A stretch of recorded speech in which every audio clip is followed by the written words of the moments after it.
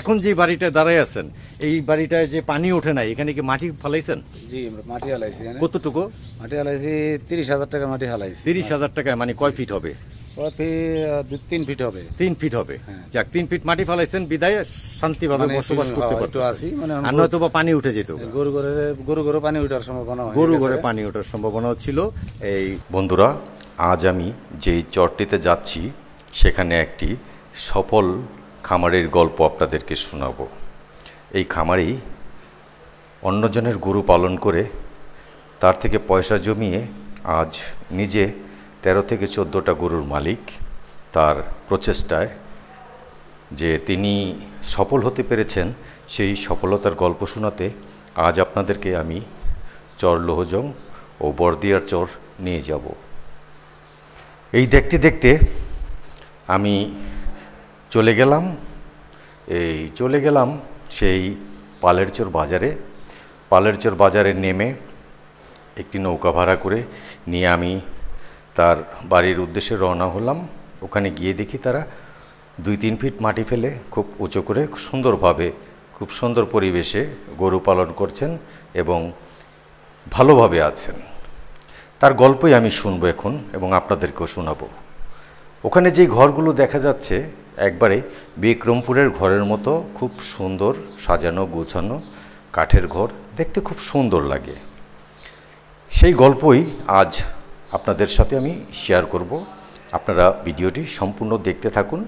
না দেখলে ভিডিওটি সম্পূর্ণ বোঝা যাবে না, কারণ এই সফলতার গল্পটা যে সত্যি মানুষ চেষ্টা করলে অনেক কিছু করতে পারে, এই নিয়ে আজ আমি তার সাথে কথা বলছি। বন্ধুরা, আজ কথা বলছি এই চর বর্দিয়া থেকে। এটা কি দাদা বর্দিয়া না? বর্দিয়া ভাইয়ের নামটা? আমি চর বর্দিয়া থেকে কথা বলছি। আজ এইখানে পানি উঠেছে কিন্তু আবার কিছু জায়গায় শুকনো রয়েছে। আমি এখন এই মাইনুদ্দিন ঢালি ভাইয়ের সাথে কথা বলবো।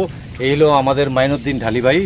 এখন মাইনুদ্দিন ঢালি ভাই এখানে কি অবস্থায় আছেন, গরু পালন করেন, তার জন্য এই তার খামার কি অবস্থায় আছে, গরুকে কি খাওয়ান, একটু কথা বলবো তার সাথে। মাইনুদ্দিন ভাই, ভালো আছেন আপনি? আলহামদুলিল্লাহ, ভালো আছেন? জি আলহামদুলিল্লাহ ভালো আছি। আসলাম আপনার খামারটা দেখার জন্য এবং কি হাল অবস্থায় আছেন এটা জানার জন্য। আর এইখানে কিছু কিছু মানুষ এসে জমি জমা নিতে চায় ভাড়া, তাই ভাড়া হয় কিনা সেটাও আপনাকে আমি জিজ্ঞেস করব। যে আপনার যতটুকু জানা আছে আপনি ঠিক ততটুকুই বলবেন। এখন যে বাড়িটা দাঁড়ায় আছেন এই বাড়িটায় যে পানি ওঠে নাই, এখানে কি মাটি ফালাইছেন? জি, মাটি হালাইছি। কতটুকু মাটি হালাইছি? 30,000 টাকা মাটি হালাইছি। 30,000 টাকায় মানে কয় ফিট হবে? 3 ফিট হবে। 3 ফিট হবে। যাক, 3 ফিট মাটি ফালাইছেন বিদায় শান্তিভাবে বসবাস করতে পারতেছি। আর নয়তো বা পানি উঠে যেত, গরু ঘরে পানি ওঠার সম্ভাবনা, গরু ঘরে পানি ওঠার সম্ভাবনা ছিল। এই আমি শুনছি আপনার নাকি গরুও আছে। কয়টা গরু আছে? গরু আছে আমার মোট 7টা আছে। আচ্ছা, তাহলে একটু গরুগুলো দেখি। 7টা গরু আছে মোটামুটি। আমার হলো 4টা গাভী, 3টা বাছুর। 4টা গাভী। এখন 4টা গাভী আপনি শুরু করছিলেন কয়টা দিয়ে? প্রথম শুরু করছিলাম আমি পালতে আনছিলাম। আচ্ছা আচ্ছা, অন্য মানুষের গরু পালতে আনছিলাম। পালতে আনার পরে আমরা ওইটা দিয়ে লালন পালন করে, অন্যজনেরটা পালতে আনছিলেন? অন্যজনের পালতে আনছিলাম। তো লালন পালন করে মনে করেন সেটা বিক্রি করে টাকা পয়সা কিছু পাইছিলাম। সে দিয়ে মনে করেন যে একটা করে একটা কিনছিলাম প্রথম। আবার কাজ কাম করে এটার বল ভরসা দিয়ে মনে করেন পিছিয়ে, কারণ আমার তার মানে দেওয়ার মতন তো কোনো নাই, কোনো সরকারি সাহায্য, কোনো এমনি কোনো যে কেউ একটা কিছু দিব, দেওয়ার পরে এটা বল ভরসা আমরা কিনবো, সেরকম কিছু তো নাই। এরকম কিছু যদি আমার অর্থ থাকতো তাহলে আমরা ভালো করে একটা খামার দিতে পারতাম। সুন্দর আপনি কথা বলছেন। আপনার যে মন মানসিকতা আছে গৃহস্থী করার এবং গরু পালার, সেটার থেকেই বোঝা গেল আপনার কথা থেকে। কারণ হইলো আপনি অন্য জনের গরু পেলে সেখান থেকে পয়সা জোগাড় করে পয়সা জমাইয়া আপনি পরবর্তীতে গরু কিনছেন। গরু কিনা আজকে ওই একটা গরুর থেকে আস্তে আস্তে এই খামার বাড়াইছেন এবং নিজেও চলছেন, সংসারও চালাইছেন। ছেলে মেয়ে বাল বাচ্চা যারা আছে তাদেরকেও আপনি এই মানুষ করার চেষ্টা করতেছেন, তাই না? কত বছর যাবত?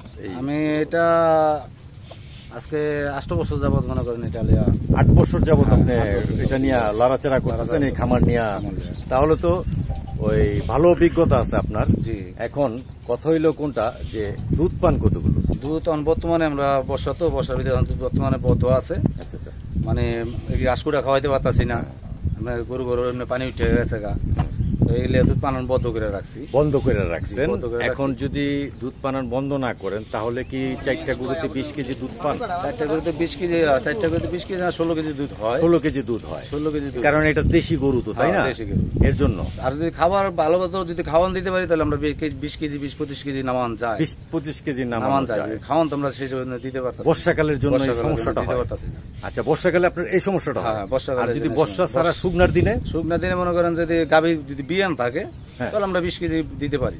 মানে 4টা দিতে পারেন 20 কেজি। আর বছরে তো 4টা বাছুর আল্লাহর রহমতে আসে। 4টা বাছুর আল্লাহর রহমতে আসে। যদি সুখে দুঃখে থাকে আল্লাহ তাআলা রাখে তাহলে 4টা বছরে 4টা বাছুর। ওগুলো কতদিন বয়স হলে পরে বিক্রি করেন? দেখা যায় কোনো বাছুর, আমরা তো মনে করেন যেমন সমন্ত না, দেখা যায় আমরা একটা গৃহস্থলী করতে গেলাম, আমার টাকা পয়সা দরকার আছে, একটা বাছুর বেঁচে লেগে যায়। এরকম ভাবে বিক্রি, এরকম ভাবে মনে করেন চলে ফিরে এমনি করতে আসি। বর্ষাকালে যে এখন আসলে খাবারের অন্য কোনো ব্যবস্থা নাই? না, খাবারের অন্য কোনো ব্যবস্থা নেই। যে লটা ঘাস দেখতেছি, ঘাস, লটা ঘাস আনি। এগুলো ঘাস কি চকের থেকে নিয়ে আসে? হ্যাঁ, নদীর পাড় থেকে কিনে আনতে হয়। কাইটা আনি, এই কাইটাই না খাওয়ানো যায়। হ্যাঁ, খাওয়াইতে। এখন বাইরের কেউ এসে যদি এখানে খামার করতে চায় তারা কিন্তু এই খাবারের সংকটটায় পড়তে পারে। তার জন্য ঘাস চাষ করতে হবে। চাষ করলে তারা খাওয়াইতে পারবে? চাষ করলে খাওয়াইতে পারবে। এখন তারা যদি চাষ করলে খাওয়াইতে পারলো, মনে করেন বর্ষার সময় মনে করেন একটা এই জামগলানি পরিস্থিতি বেড়ে যাবো। বর্ষাকালেও যদি চাষ করার ব্যবস্থা করে প্রযুক্তি দিয়ে যদি উৎসাহ করে যদি চাষ করে তাহলে পারবে। জি, এই জামেরিতে ওই যে গাছ বুনছিলাম, হ্যাঁ, নেবি গাছ বুনছিলাম, সব তলায় গেছে, খাওয়াইতে। আচ্ছা, এটা তলায় না গেলে আপনি তলায় না গেলে আমি খাওয়াইতে পারতাম। তারপরে মনে করেন যে তারা তো প্রযুক্তি নিয়ে আসবো, যদি ঘাসটি উঁচা করে যদি বলতে পারে, কিংবা পানির ভিতরে তলায় গেলেও যদি ঘাস বড় হয়ে যায় জলদি, যদি এরকম প্রযুক্তি নিয়ে আসে তাহলে আপনারাও তো ওই প্রযুক্তি নেবেন। প্রযুক্তি নিতে হবে, আমরা তো দেখা থেকে একটা প্রযুক্তি নিব যে পারলে আমরা পারবো না। তারা যদি করতে চায় তাদের কি আপনি হেল্প করবেন? অবশ্যই করবো। এমনি তো কোনো বাধা নাই আপনার? না, আমাদের বাধা কি। এখন অনেকেই আমাকে ফোন করে যে ভাই এখানে আমার একটু জায়গা নিয়ে দেন, আমি একটা খামার করব কিংবা গাছ চাষ করব, এই বলে আমাদের মাতবর আছে, মাতবরের সাথে যোগাযোগ করবো, যোগাযোগ করে তো ব্যবসা করবে, ভাড়া করে দিবে তো, দিবে না? যোগাযোগ করবো, যোগাযোগ করে জায়গা দিব, জায়গা দিলে মানুষ যত বেশি হবে আপনাদের জন্য, আমাদের জন্য কর্মসংস্থান ভালো হবে, একটা ডাক্তারখানার মতন হবে। জি জি, আমরা চিকিৎসা পাবো। এই যে আমার দুইটা গরু যে অসুস্থ, মনে করেন যে এই যে দুইটা, মনে করেন।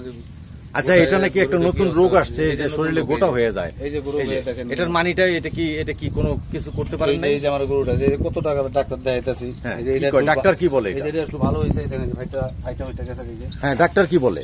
ডাক্তার বলতাছে এটা হলো আগে বসন্ত রোগ, ওই জন্য হ্যাঁ, বসন্ত মানুষের বসন্ত তো না, সেই রোগটাই বলে গরুর হইছে। এই যে দেখেন গরুটার অবস্থা তো ভালো না। হ্যাঁ, এই যে পা হাত মনে ফুলে এই যে ঘাও হইয়া, এটা তো দেখি আমি যে প্রায় জনে রয়েছে, ওই যে বাড়ি তো দেখলাম। এটা বেশি তো মনে করেন 10,000 টাকা দিয়ে নিলাম ডাক্তারকে।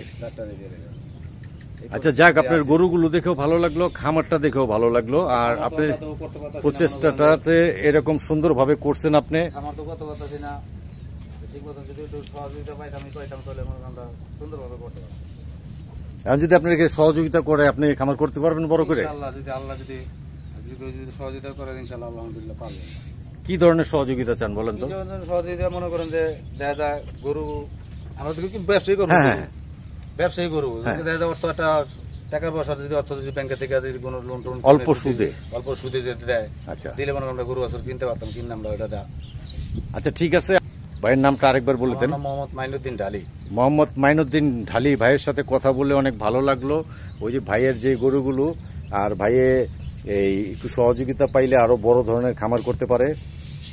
আপনারা একটু নজর রাখবেন তার দিকে, যে উনি বড় ধরনের খামার ভবিষ্যতে করতে পারে।